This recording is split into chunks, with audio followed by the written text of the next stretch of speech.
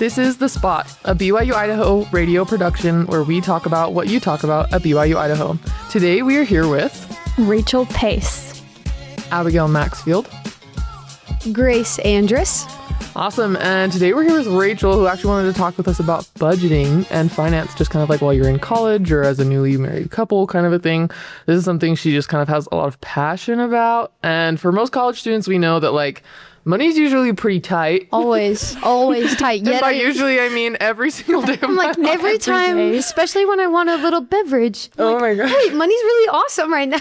You're just like, oh my gosh, but I have money, so I can just spend it, Yes, right? exactly. Yeah, but yeah, making the most out of it, making it stretch really far right now is so important because there's so many costs. Like your like tuition and and you will always have bills, right? So all of your bills and your cost of living and your rent and if you want a sweet treat or whatever it is, right? Because life is a prison. and it'll probably all just get crazier after college. Oh my gosh, I know. And then it's like, well, even though you might not have tuition, okay, maybe then you have a mortgage or maybe then you have to move or maybe you have like medical expenses. Like there's so many things. So many things can pop up. Yeah. Like there's like always some unexpected cost. Like my husband just had to like replace the radiator in his truck. And then I had to like get something resolved with my car soon after. And then we were like, okay, like this so is good. And then expensive. it was like, oh, I turned 26 and I'm off my parents' insurance. And so you're just like, dang it. you're like, oh my gosh, why is there never enough money to just pay our bills? Car stuff. I hate paying for that. I think within like a month, we had to buy all new tires and a new battery for our little 2016 car. I was like, Oh my that gosh. was a crazy month. Oh my gosh, tires, like paying for new tires like actually hurts my soul. My brother just recently moved across the country and he's like driving like this big box truck that he owns and he blew a tire and had to replace all four like on his way, like moving across the country, and it was like over $1,000 because it's like a big truck. Yeah. They're like specialty tires. Oh, man. So he had like this unexpected cost that was like I think like a little over $1,200 or something crazy. And I was like, I'm like in pain for you right now. For real. Yeah, so that kind of stuff is brutal. But what do you think, like, when you think about finance, I guess, like, what is your impression of the culture? Because to me, it just seems like everybody thinks they know what they're talking about. Or they don't know when they just float through life. Like it's either way. It's either people that look or sound like they know everything or people that are like, I'm going to get this bevy and if it hurts, it won't hurt because I don't look at the number or something like that. Yeah, like people who check their bank account like once a month and they're like, well, okay, good luck next month. Which definitely I have done like the whatever it's called, like I just don't look at all. Like I've definitely gone through that phase where I like look maybe like twice a month, 3 times a month. And I'm like, well, we'll be okay. But I'm not doing that anymore. That was, freshman me. But I do feel like the culture on finances is just kind of like nobody quite knows what they're doing. Everyone's just broke for some reason. I feel like everybody's broke. At least that's the mentality around college students. And it's so easy for everyone to just say, oh, I'm broke. Can't do that. I'm broke. Like they're probably not broke, but it's just a word we throw around. Yeah. And like money's one of those things that's like kind of taboo in a way. Like, did we really talk about it growing up? Like how many kids had the experience of like actually talking about a budget with their parents or something like that? Yeah. Or how much college would actually cost? Like it's one of those things where it's like, do we really know? Like people don't necessarily talk about it, but it's easy to throw out the phrase I'm broke all the time. Yeah. Yeah, that's so interesting. And like I think you make a good point. Like that's kind of something that's like it's such a taboo topic, like socially, which is interesting. And like I just remember like talking to my mom. This was just like, I don't know, a couple years ago or something, but she just talked about how like when we were younger, she would take us like grocery shopping with her and we'd like, whatever, beg for something. She wished that like looking back now that she, instead of saying like, oh, we like can't afford that, like we don't have the budget for that or like that, whatever, that's not a priority. She wished that she had like taken us and been like, okay, if you want that, let's figure out how we can make that happen. And like, what can we like, kind of compromise on in other places and like what gives and so I just remember her saying that and being like, and as a child, like her just saying like we can afford that was to me was like a good enough answer. Yeah. When in actuality, I think she like looking back is like, I wish I hadn't have said that because that gives like the impression that like we don't have enough money for food, which we did, but like, yeah. I would get nervous asking my parents for like the field trip money for school or like the Super Kids Day t-shirt for field day or something like that. Because like it was easy for my parents to say, no, we're not taking our big family to McDonald's on the way home. They're like, we have food at home. Yep. We're not really but to a we child, can't afford that. And I'm like, we can't afford anything. No, we can't afford food. I have no shoes. Like, I have no shoes. It can create panic in kids. And then I think that like translates to when you're in college where it's like, I don't know. It gave me a bit of anxiety, I think. I mean, some of those experiences where it's like, I shouldn't spend money ever in a way. Like some of my biggest purchases until college were probably like $10, $15. My biggest purchases. No, yeah. Oh, wow. I know, because I was so nervous to spend money. I felt the same way. I would feel so guilty if like I wanted a pair of pants that were like $60 or like $50. And I'm like, oh my gosh, like I can't spend anything for the rest of the year when I was in high school. I can't ask my mom for anything else. I'm like, I don't need food this week, Mom. I don't need food this week. I don't know. It's just so interesting how that just like translates into college, and now we just kind of don't talk about it. I don't know. And like the other side of it, like social media, like what do we see about finances there? I see the whole spectrum. Maybe it's just my feed because I'm kind of obsessed with it. But like, there's all the business bros that like show up in their Lamborghinis and they're like, yeah, this is how you know I haven't made. Yeah. I wake up at 4 a.m. This is how you can make $10,000 passive income. And then I read this book, Atomic Habits. Have you ever heard of it? I'm like, bro, that's not going to win me 6 figures. Anyway, sorry. But yes, there's like the sales bros. And then what's the other side? Because you said your feed is the girl math. It's like if I buy this bag for $1,200, like really it's only $5 every time I wear it for the next year. And it's like, yeah, but really like $5 a day is a lot. Like you're not putting that to a bag. What the heck? Anyways, or like you could be buying a coffee. They're like, it's just my coffee. Or for us, our Chick-fil-A sandwich on the way to class or something. Like so good. I don't know. Like that adds up definitely. And would you really want to put that to a $12,000 or $1,200 bag? Yeah. On an impulse? I don't know. Yeah. Some people. But I also think like with social media, we see a lot of people who are wealthy who don't necessarily work. So I think that's also hard in college when you see like influencers or like people who do that for their living, and it's like that is their job. That's their job. That's them going to work. But it's hard because in your head it's like, I just never want to work a day in my life. I want to be like that. It looks like they're not working. Yeah. And they're getting a free sauna in the mail kind of thing from some brand. So that can like really skew the view too of like what it means to save and be wealthy and like successful. I don't know. It's interesting. Yeah, social media is like, I don't know. Like finance advice from social media is so sketchy for me because I'm like says who? Like I don't know, because like as a kid when I was younger, I would just like be like, oh, they have this big house, oh, they have this fancy car, and I would always say like, wow, they're rich, or like they must be rich, and my mom would always counter, like this is like I can play this conversation like numerous times in my head, but I'm like, wow, they must be rich, or they're rich, and she's like, or they could just be in a lot of debt.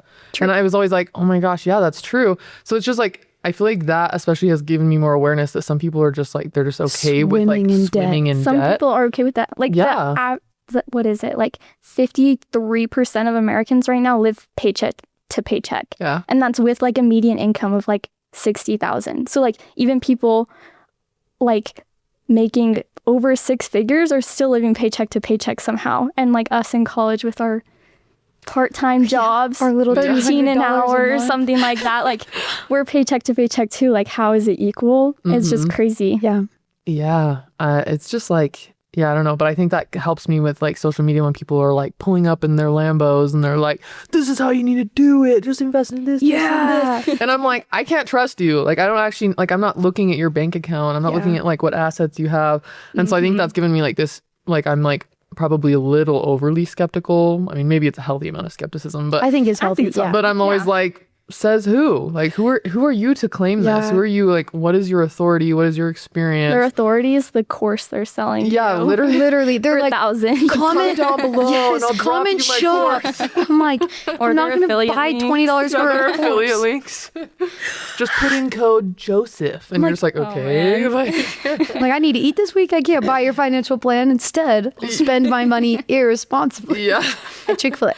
Yeah, and I sorry. think there's a good environment on social media too for finance. Like if you think about it, there are the moms on there that are like, this is how you can make homemade like dish detergent or laundry detergent for super cheap and it'll last you all year.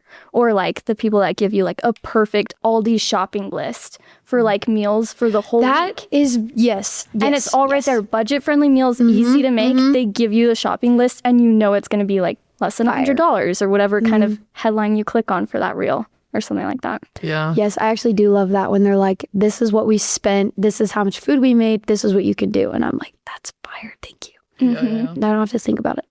Yeah, I agree. I think, social media is just like, it's so like, I don't know, it's just such a back and forth environment in general. And just like finance specifically is no different, right? There's like that fear mongering and people making claims of authority that you can't validate. And like, then there are good sides of it. Like, in this cart is $50 worth of food and this is like 4 days of meals. Like, let's like do it kind of a thing. Yeah. And it's just, I'm always like, oh, heck yeah, like that's great. But yeah, I just think, I don't know, I think you made a good point earlier that like nobody really taught us a lot of this stuff when we were younger. Like I think my parents did like a pretty decent job of being like, here's like a good like outline of how to like save versus like how much you should spend on whatever money you have. But like even that was like so long ago and hazy in my memory. But I remember it happening once when I was a child. And then in high school, like we didn't get, like I took a personal finance class that was required for graduation. It was like a half credit and it was like a half semester class or something like that. And like we literally just took a Dave Ramsey course. Like they had all his videos and we just watched all of his stuff.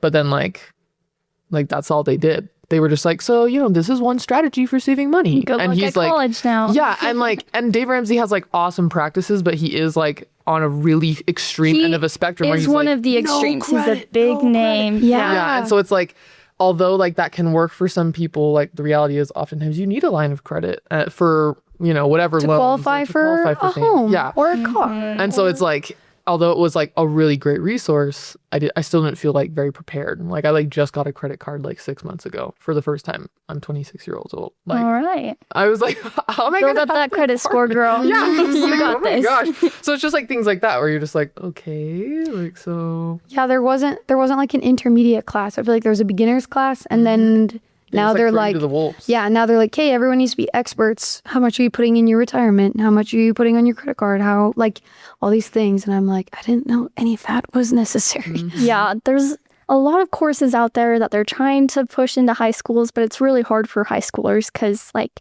this is their first, like, time learning about taxes, insurance, investing, all of that. Yeah. And they don't really have a way to practice it yet because they're working at McDonald's for $8 an hour, like I did. Like, there's not really a way for them to practice it except maybe saving because what really are their expenses? Yeah. And so like it can get hard to explain it to like high schoolers and stuff, but I'm working with a professor. I'm a TA for her financial, like her family finance class. And she does a lot of research on teaching children how to be good with finances.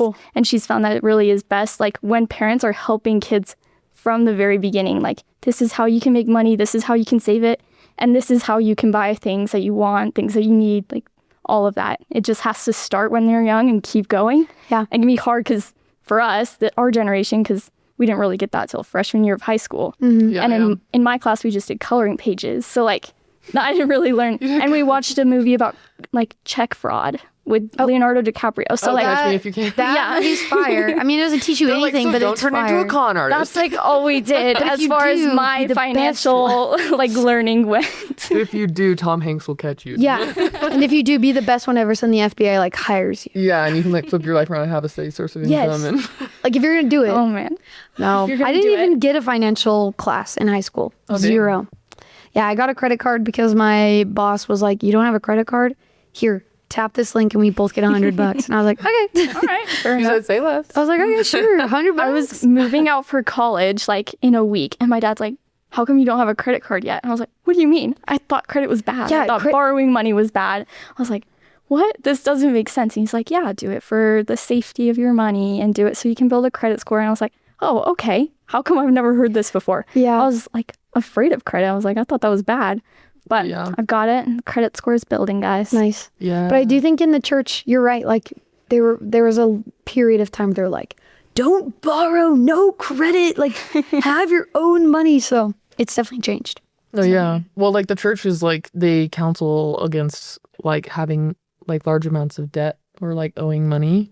And so I think that like with many things, which is like a really, like that makes a ton of sense as a practice, right? Like, hey, like don't get yourself into a ton of debt because all sorts of problems come with that, right? And, but like, I think with most things within like a subculture of like members of the church kind of tend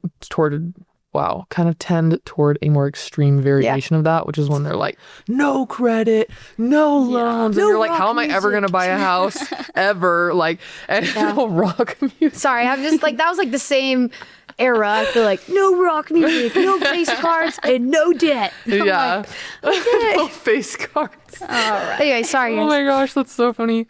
But no, yeah. And so just things like that I think that is just something where like the pendulum swung so far the other direction and it's still like course correcting. Like I think a lot of us grew up with parents who were raised in the generation of like no debt, you know, and then the phrase like the borrower is slave to the lender. Yes. Yeah. Yeah. Like, all of our parents have said that, right? Yeah. But some variation. So scary. Yeah. So like debt, it's advised not to go into debt, but like for a modest home, one that you can afford, for modest transportations, like no Lamborghinis or a nice new Lexus, but like maybe a nice Toyota. 7 to 10-year-old Toyota if that's what you need. Those will never let you down. Yeah. So car, house, education. and education. Three, right? Yeah. But then again, like education, a lot of people that are anti-education these days or like anti-college, they're like, it's because it costs you $100,000 to go to school and get a degree and you're going to get paid $30K a year after that. Like that doesn't sound like a right deal, but yeah. I guess we've got it going here at BYU. Yeah, I was going to say, BYU is pretty fire for that. I would say. Yeah. BYU is definitely more affordable. And like, there's like, you can go to trade schools for more affordable. And if you're going in-state, I mean, just for one of my other jobs, I was just comparing like tuition rates for like in-state tuition costs compared to like our tuition costs. And like, we're really on par with tons of in-state tuition. Like if you go to like a state school, I mean, obviously if it's like a really high level state school that maybe has like really special programs or something, like, right, but it's not like we're like this crazy like, oh, but like only members of the church can go here and it's like, you know, it's not like it's like exclusive, like we're within like a decent range. So. I remember I'm from Oklahoma and one of my classmates in high school a couple years into college was like, hey, if I switched to the BYU Marriott School of Business, like what would that be like for me as a non-member? And it like competed with the school he was at. Like even with the non-member like tuition price, like it was about, I don't know, it would break even. Yeah. Switching. I don't know. BYU does it well. Yeah. Thank you, church education system. Yeah, literally. Yes. Yeah, and BYU. Tithing dollars. Yeah. Yeah. And BYU, I'm sure, because you're a student at BYU Provo, and so you're a TA for a teacher who's teaching like a family finance class. We have one at BYU-Idaho too. So it's like clear that they want people to go into their families with financial literacy and to be prepared to like know the best way to I would say it's a class for everyone. Like I wish it was required. I wish it was a general like credit that we all just like had to take. But I heard good things about the one at BYU. It's called money management, and I've heard really good things about it. So I haven't taken it. I would recommend it. I haven't taken it either, but anything goes a long way. It helps in a world that's crazy. So Yeah, and the church teaches money like the financial self-reliance course. Yeah. Which is free.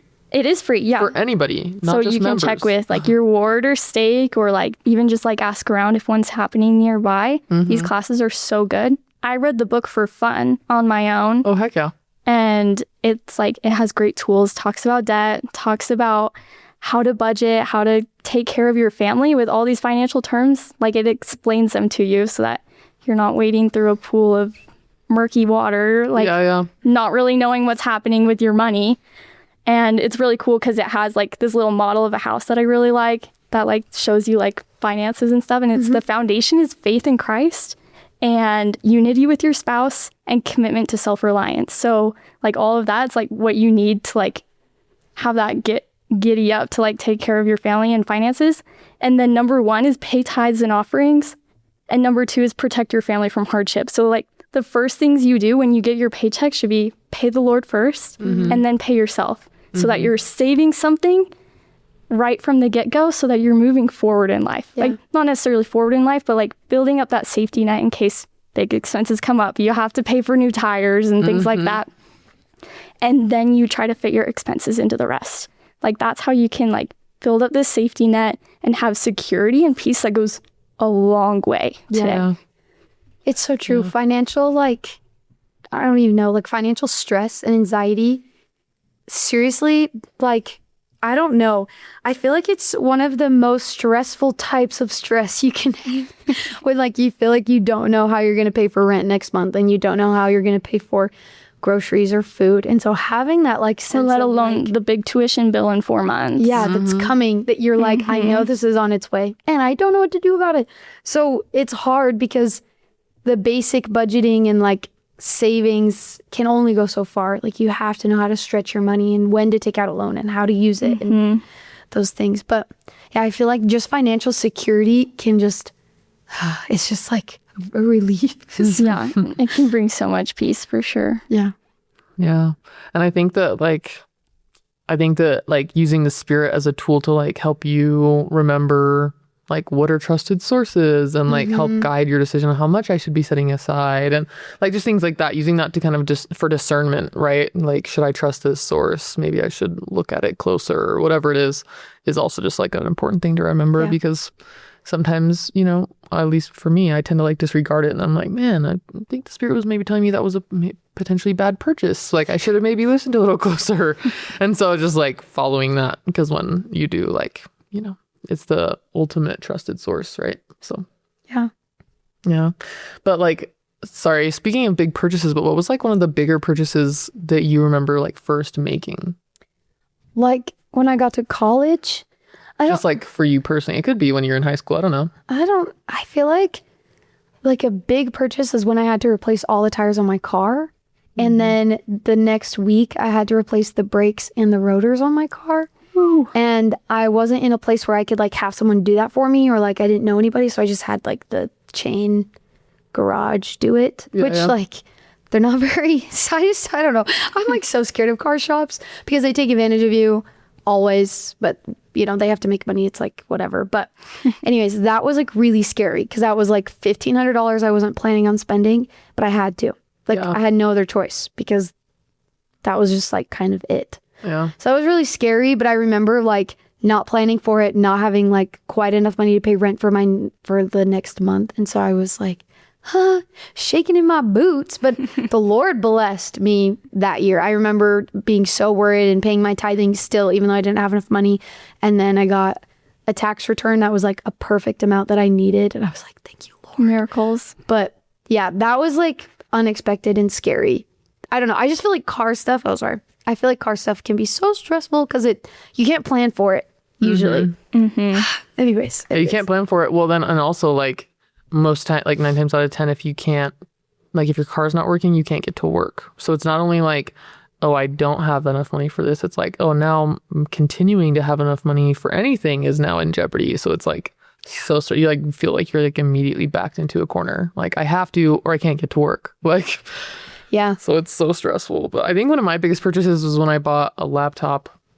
Oh, yes. Those are necessary, but they're also a purchase I don't love making. Yeah. Yep. That was my first purchase, like big purchase. $600 right before moving to college.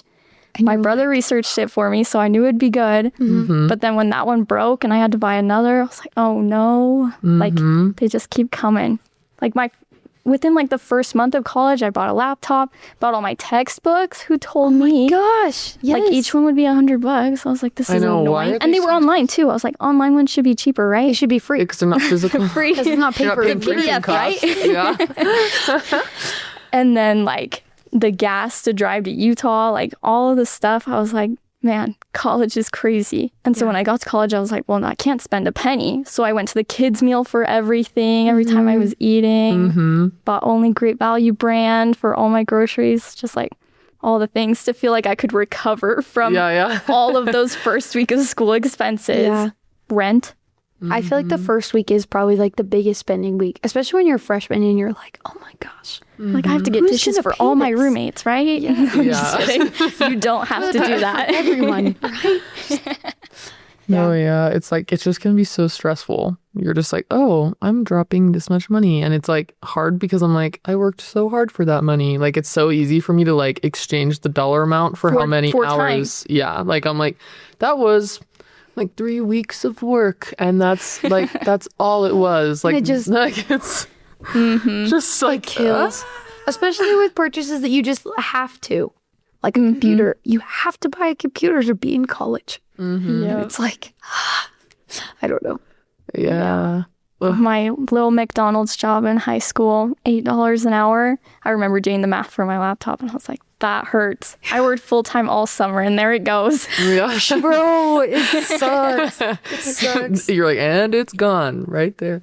Yeah, it's really hard. I think with those bigger purchases, it's easier to like justify doing the research and spending a little bit more because you know, like, okay, well, this is a big purchase. That's my other thing too, is like, when I make a big purchase, I need to do the research. I need to put in the time because I'm like, if big it's going to cost purchases go on the laptop as well. Yeah. Not on my phone. Oh yeah, they do. Yeah, you don't make big purchases on a phone. That's how you make impulse choices. Oh my gosh. For me, at Especially least. with I'm Instagram, that that's is like not a safe place. you can use Apple Pay like to buy something online. I'm like, so easy for me to just be like, yep, okay. Yeah, but like the amount of money I spend for me should be equal to the amount of time it's going to last me. Yeah. Like, so I'm like, if I'm going to, like, I had to replace my laptop a couple years ago because the first one I bought for college, like, just like crapped out on me. It wasn't a very good one in the first place, but I like did tons of research and it was a really large amount of money. But I was like, that's because this thing better last me X amount of years. Like, I want it to like have these specific specifications, so it runs like my design class programs like on them like really rapidly. Anyway, so just like things like that like went into it. So for me, it's like, okay, I can justify spending this much amount of money if it lasts me at least X amount of time, kind of a thing. And then if it doesn't, then I'm like, oh my gosh, what have I done? You know, like it's so stressful. It's so like so much regret. And I'm just like, no. But yeah, I don't know. And I think that's probably just because like I have a natural tendency to be like a saver. So I'm like, I've saved up for this large thing and like I have put all this time and research and energy into it. And so I'm going to buy it, but only because I think it's worth it. You know what I mean? Yeah. So. No, that's real. I have a question for you, Rachel. Go ahead. What do you feel like, because I know that you are very knowledgeable in this entire world of family finance. Your husband brags about you all the time because you're so smart and awesome. Anyways, but I was wondering, what is like, do you feel like the biggest misconception for college kids? Like college kids just assume something and you're like, oh, there's a better way. Yeah. Let's see. Sorry to put you on the spot. No, you're good. I think the biggest one is like assuming that it's going to be expensive and then just rolling with it and like taking out all the student loans you can just because that's what everyone says to do, everyone else is doing. You don't have to do that, especially here. And then I guess like another big misconception is that like if you don't have enough money, it's because you're not making enough. But I think one of the biggest things is you need to be saving more. It's easier to cut back on expenses than it is to increase your income. Like think about what it takes to get a new job or to like haggle your boss for a raise. Like that's a lot more difficult than it is to maybe go to Chili's less every month, or that's my thing. Or maybe get fewer swig sodas and stuff like that. Like it's easier to cut down on those things. Maybe move to a smaller apartment or have a roommate or two or another one, whatever it takes to cut down on those things so that you can maybe stay at maybe like a net positive net worth throughout college. Yeah, that's what I would say. No, I think the first one you said was really interesting because I think you're right. Like people are like, college is expensive, so I'm just going to take out a loan. Like that's just, I have to. That's just how college is. But you're right. Like there are other ways to do it. And then you like, I love the thing you said that it's easier to cut back on expenses than it is to increase your income. I think that's so smart. Yeah. And I need to reflect on that. I need to put that on a shirt. Yeah, I need to tattoo it on my forehead so that I can't buy things. Another thing I would add, like hint for college students, is like scholarships are amazing. If you think about how much a scholarship is worth, like maybe a half tuition here means you have some good grades and it's worth like $1,200 or something like that. Mm-hmm. If you count like a $14 an hour job on campus, that's 85 hours of work. So it's like a full month of your part-time job, or you could give 85 hours to studying, and then you can get that scholarship, or even less hours to studying. Definitely not 85, but like there are trade-offs you can do where it's like, if I write this scholarship essay, like it could pay off big dividends in the long run. True. Yeah. It might take me an hour or two right now, but could be worth like 80 hours if we compare it to time. Yeah. Amen. That's awesome. Thank you for sharing that. Yeah, I was like, that was welcome. awesome. We are out of time. This episode went really fast. Yeah, I did. So maybe we'll have to do a second one and have Rachel back. There's so much we can talk about. I'll just bring I out could all my keep going. finances and you can, we'll build you a budget. That'd be awesome, actually. That'd be kind of fun to do like live. I'm so down. I have no shame. I'm so broke. All right, let Sorry, us know mentality. in the comments. It's a mentality. I'm so rich. I wake up at 5 a.m. I read Atomic Habits. Just kidding. Awesome. Well, thank you so much for being here, Rachel. We hope that everybody listening researches a plan that's best for them and takes some of these things and does some of their own investigating and deep diving into, practices that will make your money work for you and go a little bit further. But thanks so much for being here. You've been listening to The Spot, a production of BYU-Idaho Radio. Today's hosts were Rachel Pace, Abigale Maxfield, Grace Andrus. The views and opinions of this podcast are not that of BYU-Idaho Radio or the university and are solely the opinions of the hosts. Our theme music is Finding Happiness by DJ Quads and The Perpetual Ticking of Time by Artificial Music. Subscribe to The Spot, available on all music streaming platforms, or visit our website byui.edu/radio and click podcasts. Be sure to follow us on Instagram at BYUI_The Spot. Have a topic in mind? Leave us a comment and let us know what we should talk about next. Awesome. Thanks for listening. Bye. Bye.